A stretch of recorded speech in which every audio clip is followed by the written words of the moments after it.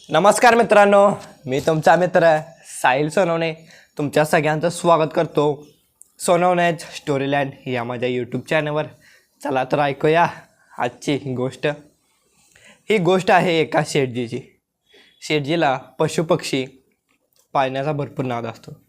त्यामुळे त्याने घरामध्ये पोपट, कोंबडी आणि बकरी पाळलेली असते. तो त्यांची रोज सेवा करत असतो आणि त्यांचे जीवन एकदम चांगले झाले असते. आणि त्यांच्या घरामध्ये एक उंदीरसुद्धा असतो जो साड्या कुरतरत असतो आणि अन्नाची नासधूस करत असतो. हे शेठजीच्या बायकोला आवडत नसते. त्याची तक्रार घेऊन शेठजीची बायको सारखी शेठजीकडे जात असते. शेवटी शेठजी एकदा एकदम मस्त साड्या आपल्या बायकोसाठी घेऊन येतात आणि उंदीर आपल्या नेहमीचं काम करतो. तो त्या साडीला कुरतडतो. शेठजीची बायको एकदम संतापते आणि शेठजीला म्हणते, तुम्ही या उंदराला मारासाठी उंदराची जाळी घेऊन या, आज याचा विषय संपवून टाकूया. तसं शेठजी उंदराची जाळी घेऊन येतात आणि उंदराची जाळीमध्ये औषध घालून ठेवतात. उंदीरला आता भीती पडते की आज आपल्याला रात्री निधन होणार, आपल्याला काही तर राहायला मिळणार आहे. म्हणून तो मदत मागण्यासाठी पोपटाकडे जातो. पोपट दादा, मला मदत करा, काय तर मदत करा, माझं आज मरण, आजचा लास्ट दिवस. पोपट म्हणतो, मी काय तुझी मदत करू, त्यातून मला काय फायदा मिळणार, तेव्हा मी काय करत नाही. तसं कोंबडी दीदीकडे जातो तर कोंबडी पण म्हणते, मी पण तुझी का मदत करू, त्यामध्ये माझा का फायदा, मी नाही करत. परत बकरीकडे पण जातो. बकरी पण तशीच म्हणते, त्यामध्ये माझा काय फायदा, मी तुझी मदत करत नाही. मग उंदीर हताश होऊन, नाराज होऊन परत येतो. शेठजीची बायको रात्र होण्याचीच वेळ पाहत असते. रात्र होते आणि रात्री त्या पिंजऱ्यामध्ये काट करणं आवाज येतो. शेठजीच्या बायकोला वाटते की उंदीर या जाळीमध्ये सापडला. बघायला जाते तर तिथे एक साप उंदराला खाण्यासाठी आलेला असतो. तो त्या जाळीमध्ये सापडतो आणि ते शेठजीच्या बायकोला चावतो आणि शेठजीची बायको एकदम ओरडते. शेठजी येतात आणि मग काय झालं, शेठजीची बायको म्हणते, मला साप चावला, आणि तेवढ्या शेठजीची बेशुद्ध पडते. शेठजी तिला घेऊन दवाखान्यामध्ये जातात, तिला दाखल करतात.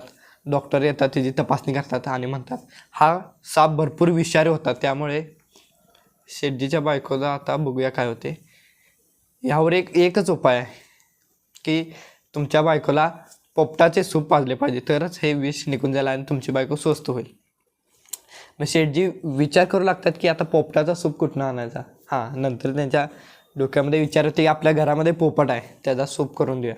मग त्या पोपटाचं निधन करतात आणि सूप तयार करून त्या शेठजीच्या बायकोला देतात. शेठजीची बायको शुद्ध अवस्थेत येते, बोलू लागते आणि नंतर तिला डिस्चार्ज होऊन घरी आणतात. मग तिला बघण्यासाठी पाहुणे मंडळी येतात. त्या पाहुणे मंडळींना जेवण काय करायचं, तर शेठजी म्हणतात, आपल्या घरात कोंबडी आहे, कोंबडीचं चिकन करून देऊया. कोंबडीचं पण मारतात तिला आणि ती कढईमध्ये जाते आणि तिचं चिकन करून पाहुण्यांना देतात.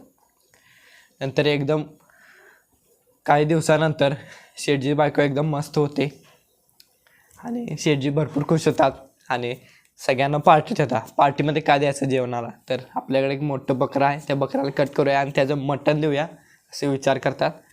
बकऱ्याला सुद्धा मारतात आणि त्याचं मटण करतात. हे सगळी गोष्ट उंदीर पाहत असतो. उंदीर मनातल्या मनात विचार करतो की त्या दिवशी तुम्ही जर माझी मदत केला असता तर तुमच्या वेळ ही आली नसती. मित्रांनो, या गोष्टींना तात्पर्य असं की आपण सगळे एकत्र राहायचं, कारण युनिटीमध्येच पॉवर आहे. आपण एकत्र राहिलं तर आपल्यावर कोणतेही संकट आलं तर आपण त्याला सामोरं जाऊ शकते. पण एकटा असले की आपल्याला त्या संकटात काही ना काही हानी होणारच. त्यामुळे आपण सगळेजण युनिटीनं राहूया आणि आयुष्यात पुढे जाऊया. कशी वाटली आजची स्टोरी, आवडली ना तर लाईक करा, शेअर करा, सबस्क्राईब करा, बेल आयकॉनला प्रेस करा. आणि मित्रांनो, कशी वाटली स्टोरी कमेंटसुद्धा करायला विसरू नका. आपण भेटणार आहे पुढच्या स्टोरीमध्ये. तोपर्यंत धन्यवाद.